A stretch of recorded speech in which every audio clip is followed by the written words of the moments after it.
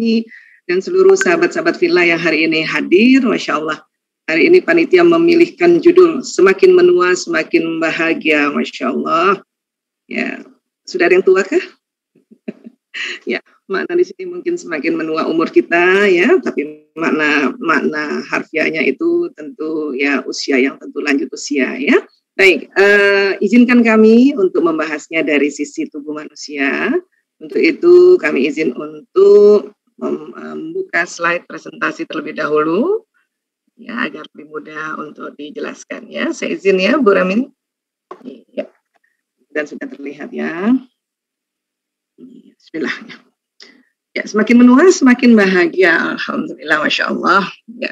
Jadi memang kita tahu dulu ya bahagia itu apa. Saya sering menyatakan seperti ini ya, definisi bahagia itu adalah suatu keadaan pikiran dan perasaan yang ditandai dengan kecukupan, rasa syukur, senang karena berbagi, kepuasan, kenikmatan atau kegembiraan yang intens ya, yang hampir sering gitu ya. Dalam seminggu tuh bisa 5-6 hari bahagianya. Mungkin ada 1 hari yang lagi capek atau lagi sedih ya, itu boleh juga ya.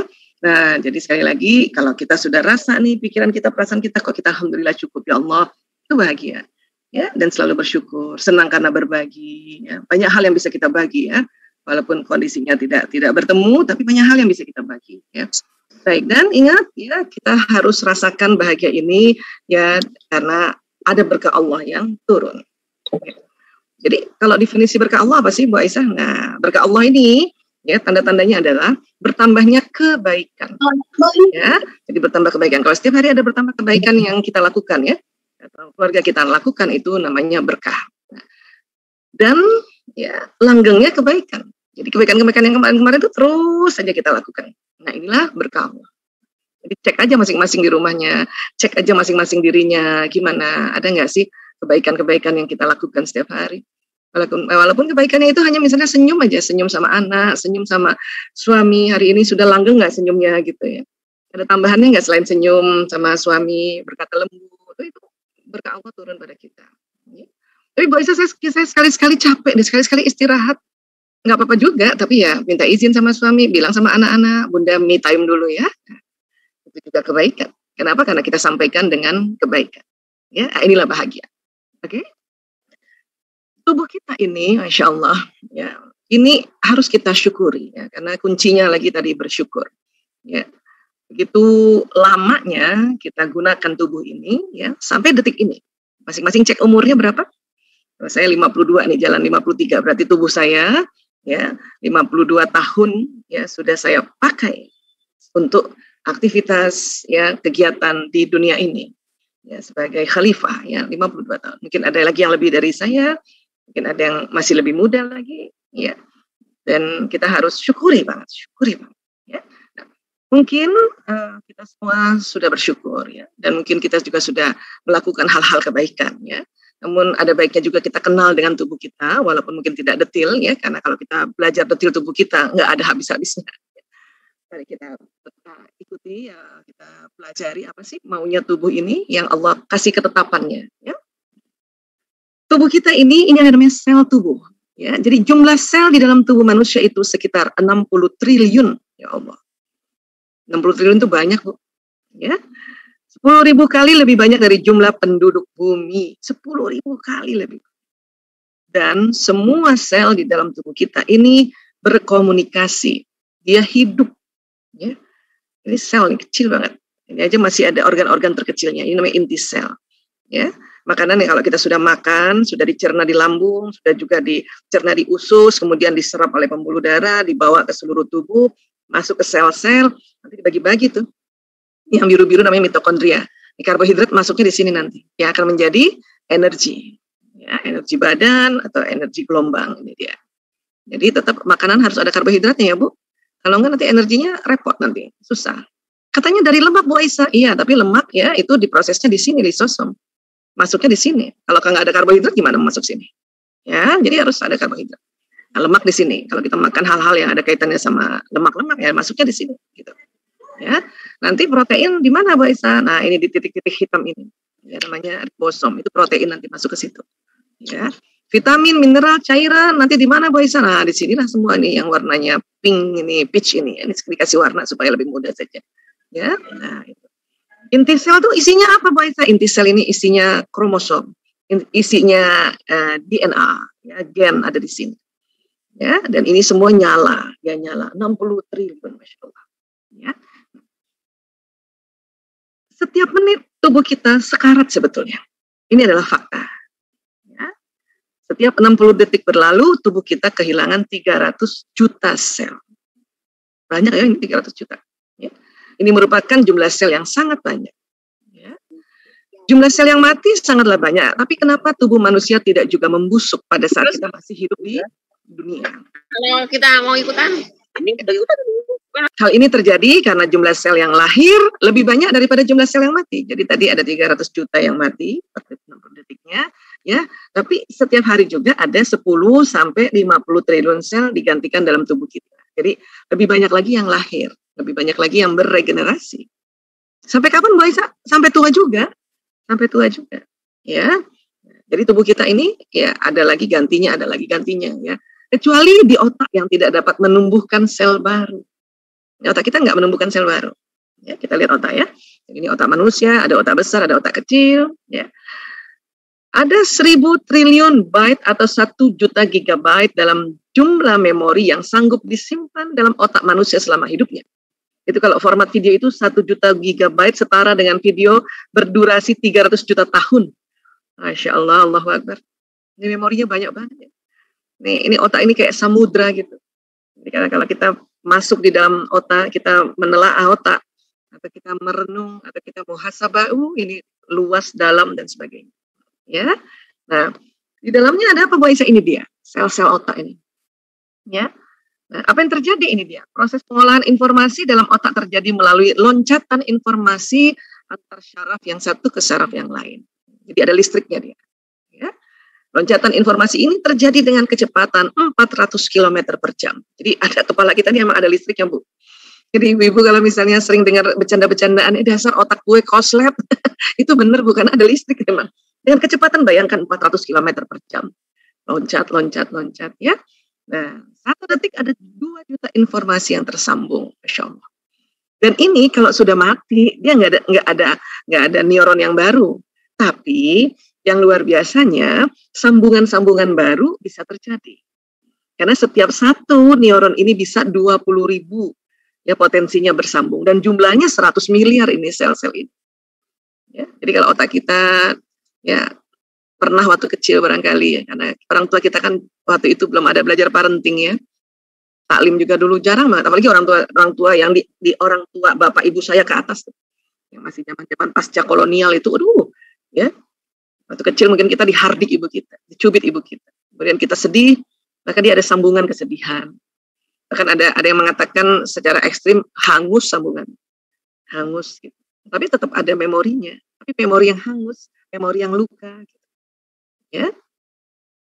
Nah, sudah besar kayak gini karena kita ikut taklim, ikut seminar, barulah kita tahu bahwa ibu kita hardik kita waktu itu karena kita juga yang salah. Gitu. Makanya nanti ada sambungan baru di dekat-dekat sini untuk apa? Memberi makna baru. Oh, dulu begitu. Makanya kita memaafkan. Tapi ingat, sambungannya masih ada. Nah, ini juga yang perlu harus diperhatikan. Dimaafkan juga yang ini gitu. Ya, nah ini makanya ada sekarang banyak sekali teknik-teknik namanya forgiveness therapy. Ya, memasuki masa kanak-kanak atau inner child memory, kita berikan ya maaf di situ. Ya, nah ini. Jadi sekali lagi ini nggak tumbuh lagi, tapi ini berpotensi. Bahkan dikatakan oleh para ahli, sampai umur 100 tahun pun kita belum semuanya tersambung. Ini berita gembira sebetulnya. Ya. Baik. Sel otak ini nih, kalaupun nanti mau beregenerasi, itu baru nanti di usia kita 200 tahun lebih. Karena kita nggak sampai 200 tahun ya. Paling berapa? 70 ya, 80. 90 ya adalah orang Indonesia 1-2 orang 90 ya. Tapi 200 tahun nggak mungkin belum sampai di situ ya. Manusia-manusia mungkin zaman dulu ya mungkin sampai bisa 200 tahun ya.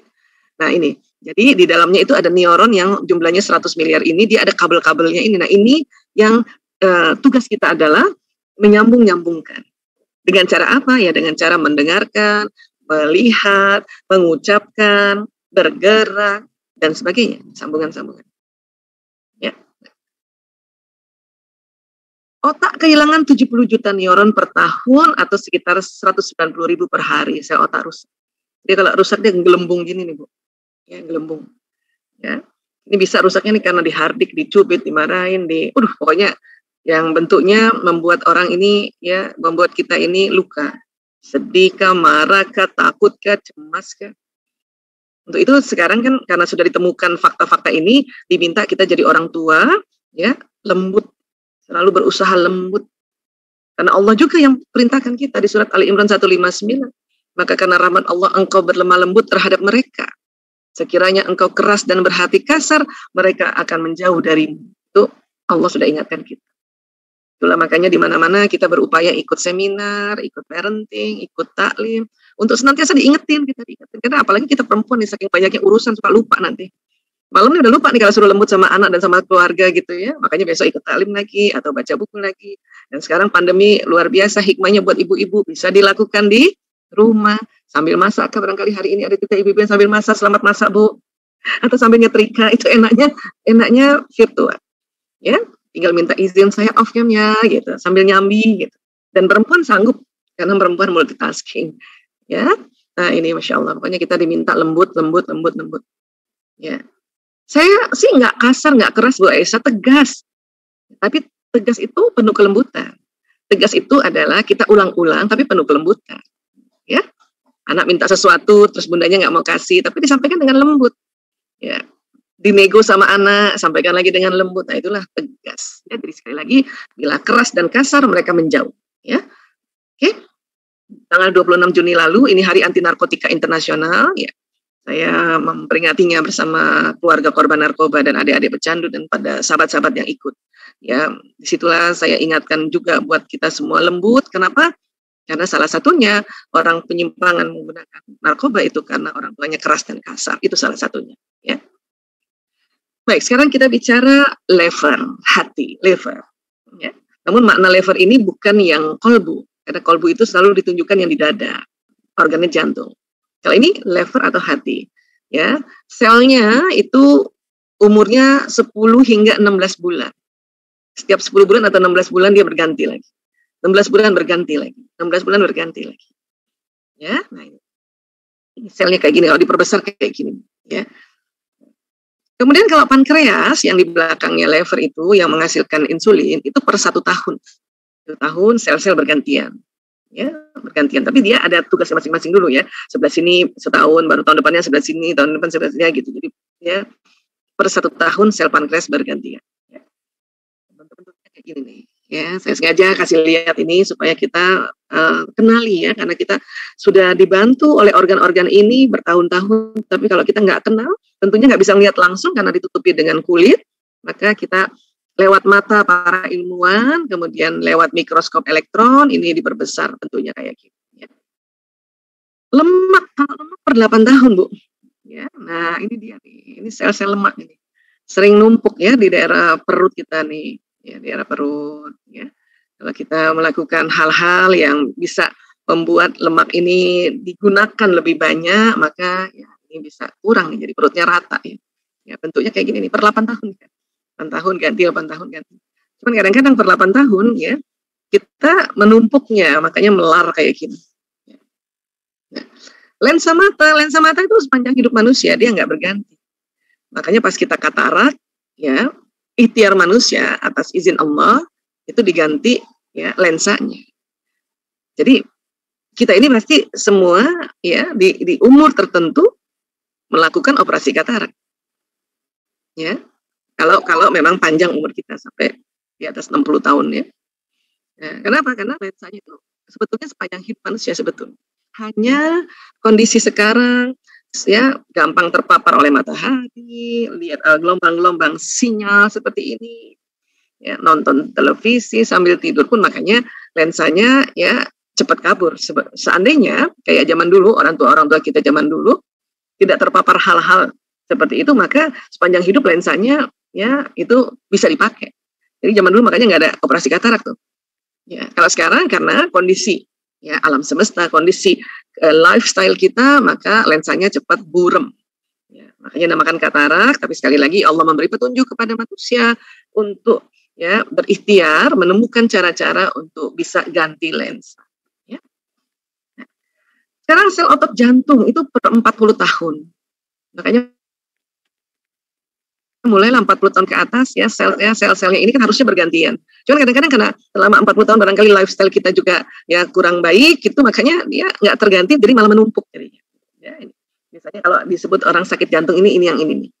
Ya, pembuluh koronarianya ini yang memberi makan jantung. Secara genetik, ini kan genetik semuanya ya. Ada yang pembuluh darahnya sempit, ada yang pembuluh darahnya kaku. Saya termasuk yang pembuluh darahnya kaku dari ayah, dari ibu ya. Itu kenapa? Karena mungkin kehidupan genetikanya, yaitu karena makanan juga bisa, karena di mana tempat tinggal, ya di pesisir pantai, di gunung, itu mempengaruhi sel-sel secara genetika. Nah ini, oke, insya Allah di dalamnya ini dia ada otot-otot jantung bentuknya kayak gini. Ya. Jadi sel-sel dalam otot jantung mampu bertahan hingga 40 tahun. Setelah itu ya mulai ada pergantian-pergantian, hanya kadang-kadang terhambat karena pola hidup kita juga. Ya. Nah, jantung memompa darah tiap hari sekitar 5.500 liter, ya Allah. Ya kerja terus, nggak pernah berhenti.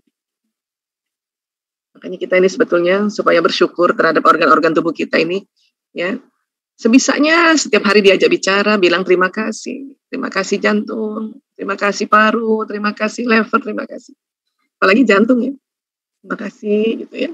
Minta maaf juga, maaf ya jantung, tadi saya masih makan coto Makassar ini. Umur-umur kayak gini masih makan coto Makassar gitu ya. Minta maaf sama tubuh, minta maaf sama lambung, minta maaf. Ya, karena sel-sel ini mendengarkan pada saat kita bicara, karena mereka semua hidup. Semua hidup, Masya Allah. Ya, baik. Sel otot dinding jantung bertahan 40 tahun, barulah sel-selnya berganti.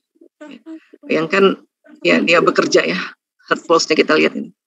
Kadang-kadang dia dari umur tertentu karena kuat sekali bekerjanya, ya otot-ototnya melebar ya, atau membesar, makanya disebut kardiomegalia. Ini yang kadang-kadang ciri-cirinya itu tadi, jalan 100 meter udah mengge-mengge, naik tangga udah gitu ya.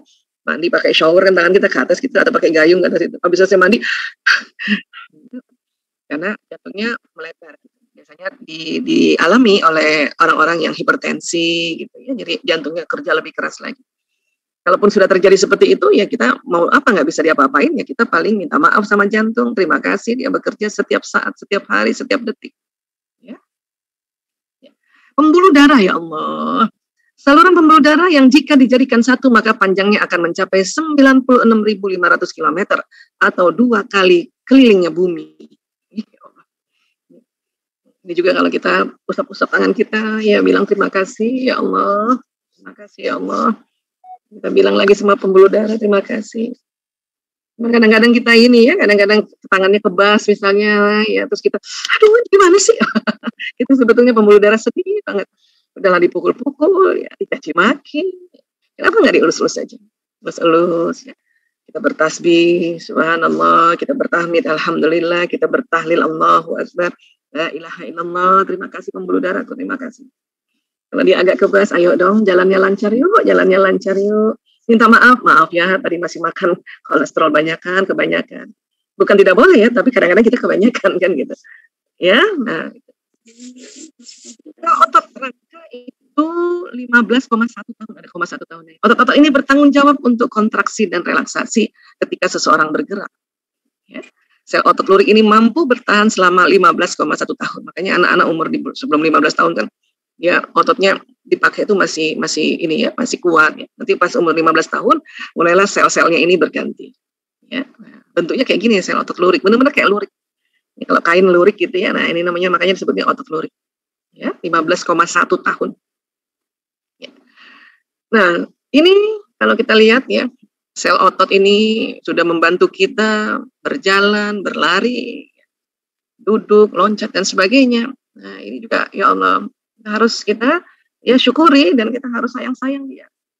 Kadang-kadang kalau ibu-ibu duduk atau habis sholat, coba diusap-usap kakinya, diusap-usap otot tangannya. Sekalian tadi kita sambil usap-usap pembuluh darah, pembuluh saraf dan sebagainya.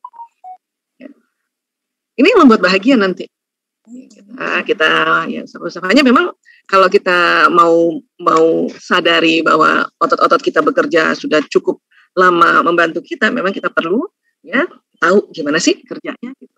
Gimana sih cara dia berganti selnya, bagaimana sih? Makanya hari ini supaya bahagia semakin menua, kalau menurut saya kita harus kenali ya sedikit-sedikit kerjanya seluruh tubuh kita.